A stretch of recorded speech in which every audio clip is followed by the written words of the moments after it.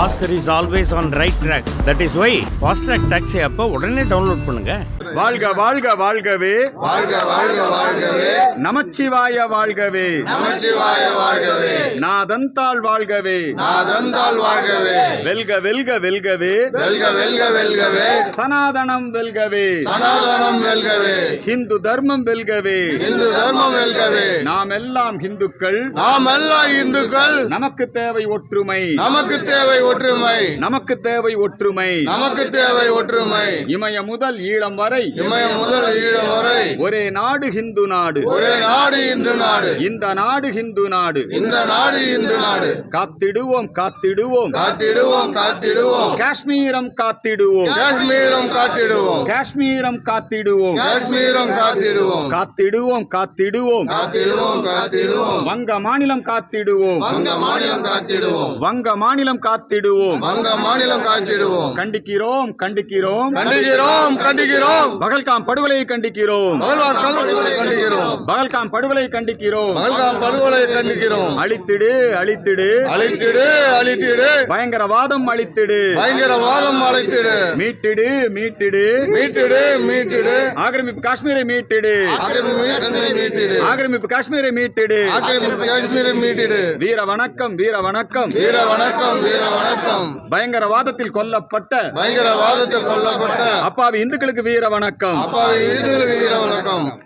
இந்து மக்கள் கட்சியின் சார்பிலே தமிழகம் முழுவதும் காஷ்மீர் மாநிலம் பகல்காமில் அப்பாவி இந்துக்கள் குறிவைத்து மத ரீதியாக அடையாளம் காணப்பட்டு படுகொலை செய்யப்பட்டிருக்கிறார்கள். இந்த உலகத்திலே ஒரே ஹிந்து நாடு நம்முடைய பாரத நாடு தான். இந்த நாடு மதசார்பற்ற நாடு. இந்த நாட்டில் ஹிந்துக்கள் பெரும்பான்மையாக இருந்தும் நமக்கு பாதுகாப்பற்ற ஒரு சூழல் நிலவுகிறது. காஷ்மீர் மாநிலத்தில் சுற்றுலா சென்ற அந்த அப்பாவி ஹிந்து பயணிகள் கொடூரமாக சுட்டுக் கொல்லப்பட்டிருக்கிறார். இதற்கு காரணமானவர்கள் தண்டிக்கப்பட வேண்டும். பயங்கரவாதம் தொடர்ந்து இந்தியா பயங்கரவாதத்தால், எல்லை தாண்டிய பயங்கரவாதத்தால், லஷ்கர் தொய்பா, அல்லுமா, ஜெய்ஷி முகமது போன்ற இயக்கங்களால் பாதிக்கப்படுகிறது. ஆக்கிரமிக்கப்பட்ட காஷ்மீர் 38 சட்டமன்ற தொகுதி இந்தியாவுக்கு சொந்தமானது. ஆக்கிரமிக்கப்பட்ட காஷ்மீர், அந்த பகுதியிலே பயங்கரவாத முகாம்களை நடத்தி அவர்களுக்கு பயிற்சி ஆயுதங்களை கொடுத்து காஷ்மீருக்குள்ளே பயங்கரவாதிகளை ஊடுருவச் செய்து தொடர்ந்து இந்த அராஜக செயலை செய்து வருகிறார்கள். அரசியல் சாசன பிரிவு 370 ரத்துக்கு பிறகு அங்கே கலவரமற்ற ஒரு அமைதியான சூழ்நிலை ஏற்பட்டது.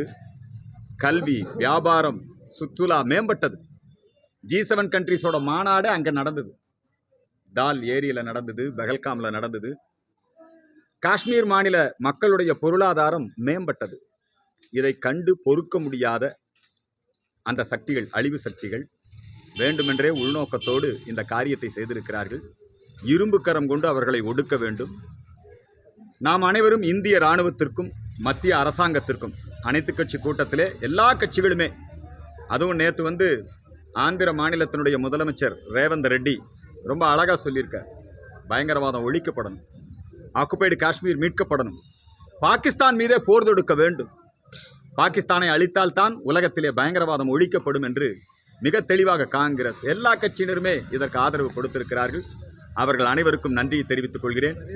இதே நேரத்திலே நம்முடைய மேற்கு வங்க மாநிலத்திலே முர்ஷிதாபாத் அந்த மாவட்டத்திலே வக்பு எதிர்ப்பு போராட்டம் என்கிற அந்த போராட்டத்தை தூண்டிவிட்டு அந்த போராட்டம் நடத்துகிறோம் என்கிற பெயரிலே இந்துக்கள் குறிவைத்து தாக்கப்பட்டிருக்கிறார்.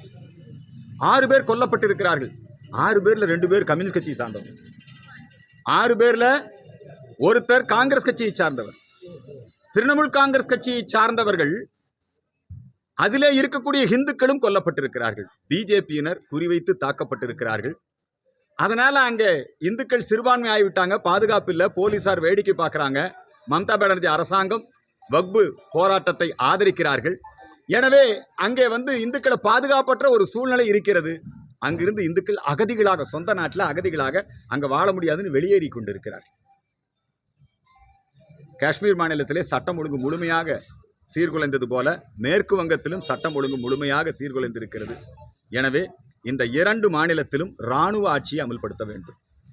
ஜனாதிபதி ஆட்சியை அமல்படுத்த வேண்டும். இந்த 2 மாநிலத்திலையும் பயங்கரவாதத்தை ஒடுக்க வேண்டும், இந்துக்கள் பாதுகாக்கப்பட வேண்டும்.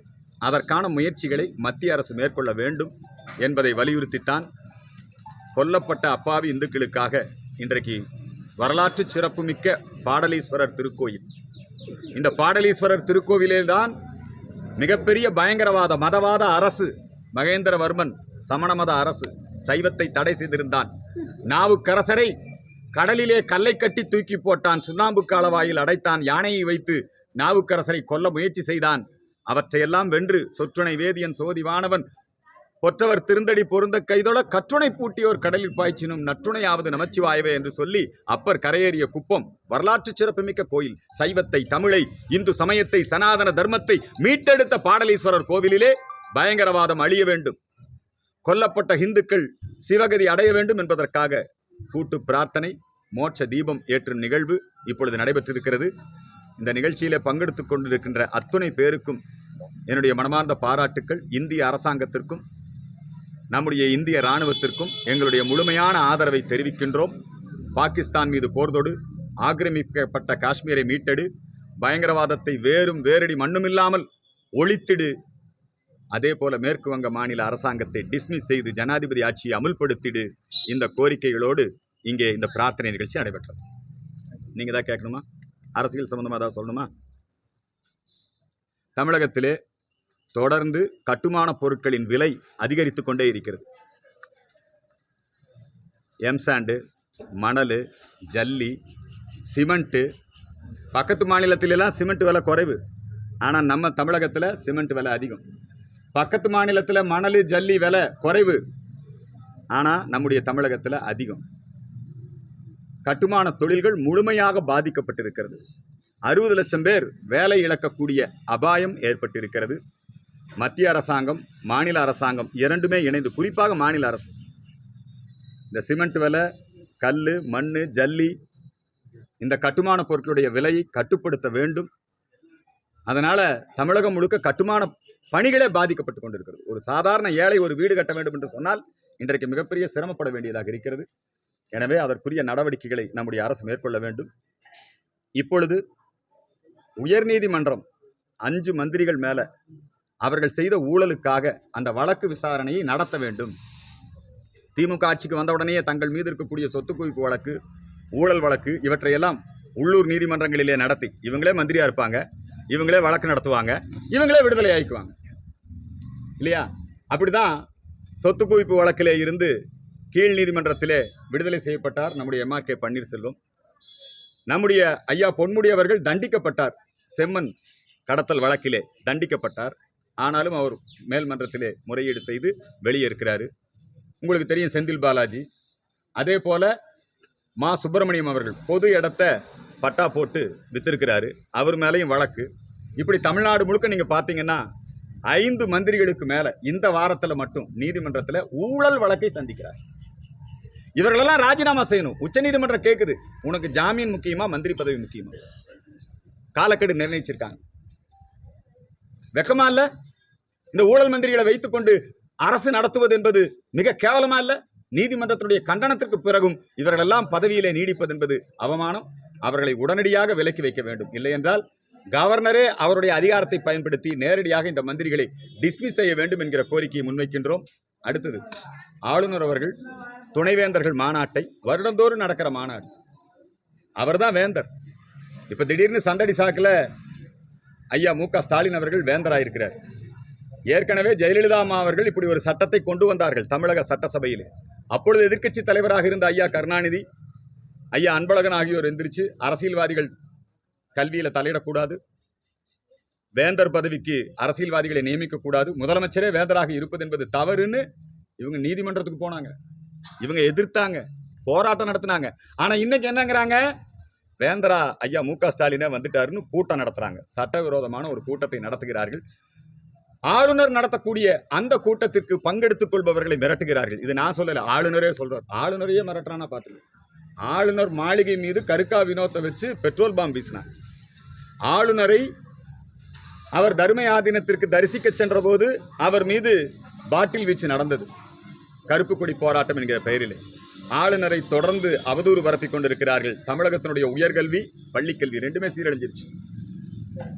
உயர்கல்வியும் சீரழிந்து விட்டது, பள்ளிக்கல்வியும் சீரழிந்து விட்டது. தமிழகத்தினுடைய கல்வித்தரம் தரம் தாழ்ந்து போய் கொண்டிருக்கிறது. துணைவேந்தர்கள் பதவி 2 கோடி 3 கோடி 5 கோடி 10 கோடின்னு ஏலம் விட்டுட்டு இருந்தாங்க. அதையெல்லாம் தடுக்கக்கூடிய அளவிலே ஆளுநருடைய செயல்பாடு இருந்தது.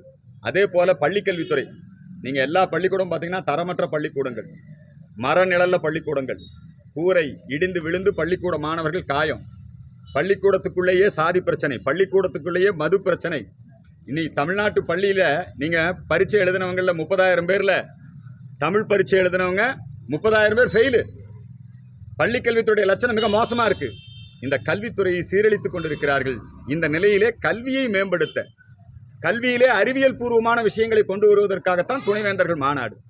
அதனை கூட துணைவேந்தர்களையே காவல்துறை ஏவல்துறையாக்கி மிரட்டி அதை தடை செய்திருக்கிறார்கள். இதற்கும் எங்களுடைய வன்மையான கண்டனத்தை தெரிவித்துக் கொள்கிறோம். நிச்சயமாக இதுக்கெல்லாம் ஒரு மாற்றம் வரும். தேசிய ஜனநாயக கூட்டணி வலிமையான கூட்டணியாக உருவாகி இருக்கிறது. அமித்ஷா அவர்கள், எடப்பாடி அவர்கள் இருவரும் இணைந்து வருகின்ற 2026 இந்த திராவிட மாடல் ஆட்சிக்கு முடிவு கட்டுவதற்கு முடிவு செய்திருக்கிறார்கள். இந்த தேசிய ஜனநாயக கூட்டணிக்கு அமோக வரவேற்பு. நிச்சயமாக இந்த கூட்டணி 200க்கும் மேற்பட்ட இடங்களிலே வெல்லும் என்று கருத்து கணிப்புகள் கூறுகின்றன. இந்த நிலையிலே இந்த வெற்றியை சீர்குலைக்க வேண்டும் என்பதற்காக இப்போ திமுக அவங்களுடைய ஏ டீமையே களமிறக்கிருக்கு. ஏ டீம் யாருன்னா ஜோசப் விஜய். அவர் நேற்று விமானத்தில் வந்து, தனி விமானத்தில் வந்து அங்கே ஒரு மிகப்பெரிய கூட்டத்தை, தமிழக மக்கள் சினிமா ரசிகர்கள் அங்கே ஒரு மிகப்பெரிய கூட்டத்தை கூட்டி பெரும் சட்டம் ஒழுங்கு பிரச்சனையை உருவாக்கி விமான நிலையத்திலே பொது சொத்துக்களை நாசமாக்கி மிகவும் ஒழுங்கீனமாக நடந்து கொண்டு அவங்க போய் ஒரு கூட்டத்தை நடத்தியிருக்கிறாங்க. அந்த ஜோசப் விஜய் டிஎம்கே உடைய ஹிடன் அஜெண்டாவை செயல்படுத்துவது தான் அவங்களுடைய நோக்கம். மோடிக்கு எதிரான வெறுப்பு பிரச்சாரம், மத்திய அரசுக்கு எதிரான வெறுப்பு பிரச்சாரம், எல்லா விஷயத்திலையுமே திமுக என்ன சொல்லுதோ திமுக ஊது குழலாக ஜோசப் விஜய் செயல்படுகிறார். மக்களுக்கு இந்த விஷயங்கள் எல்லாம் தெரியும். நிச்சயமாக ஜோசப் விஜய் கட்சியை புறக்கணிப்பார்கள். அதே போல இந்த தமிழகத்தில் மட்டும்தான் பயங்கரவாதிகளுக்கு ஆதரவான பதிவுகள், இந்திய ராணுவத்தை கொச்சைப்படுத்தக்கூடிய பதிவுகள், சுந்தரவள்ளி என்று சொல்லக்கூடிய கம்யூனிஸ்ட் கட்சியை சார்ந்தவர் இந்திய ராணுவத்தை கொச்சைப்படுத்தி இருக்கிறார். சீமான் சொல்றாரு, எதுக்காக சிந்து நதி தண்ணியை நிறுத்தணும்? நான் சீமானிடம் கேட்கிறேன், எதற்காக எல்டிடி விடுதலை புலிகளின் தலைவர் பிரபாகரன் அவர் அணைக்கட்டை கைப்பற்றி சிங்கள பகுதிக்கு தண்ணீர் செல்வதை நிறுத்தினார்? யுத்த தந்திரத்தின் ஒரு பகுதி அது. யுத்த தந்திரத்தினுடைய ஒரு பகுதி. பிரபாகரன் செஞ்சா சரி, நரேந்திர மோடி செஞ்சா தப்பா? ஏற்கனவே சீமான் அவர்கள் யாசின் மாலிக் என்று சொல்லக்கூடிய காஷ்மீர் பயங்கரவாதியை தமிழகத்திற்கு அழைத்து வந்து நிகழ்ச்சி நடத்தியவர். கோவையிலே குண்டு வைத்த கொலை செய்த அப்பாவி மக்களை கொலை செய்த பாட்சாவை அப்பா என்று அழைத்து அந்த இறுதிச் சடங்கிலே பங்கேற்றவர். பழனி பாபாவுக்கு ஆதரவானவர் இந்த சீமான். இந்த சீமான் போன்றவர்கள் இந்திய ராணுவத்திற்கு எதிராகவும் நம்முடைய இந்திய தேச ஒருமைப்பாட்டிற்கு எதிராகவும் பயங்கரவாத சக்திகளை விடுதலை போராளிகள் என்றெல்லாம் குறிப்பிட்டுக் கொண்டிருக்கிறார்கள். அவர்களுக்கெல்லாம் என்னுடைய வன்மையான கண்டனத்தை தெரிவித்துக் கொள்கிறேன். அவர்கள் மீதெல்லாம் நடவடிக்கை எடுக்கணும். ராணுவத்தை கொச்சைப்படுத்துபவர்கள், இந்திய ஒருமைப்பாட்டை கொச்சைப்படுத்துபவர்கள், பயங்கரவாதத்தை ஆதரிப்பவர்கள், இவர்கள் மீதெல்லாம் அரசு நடவடிக்கை எடுக்க வேண்டும் என்கிற கோரிக்கையை முன்வைக்கிறேன்.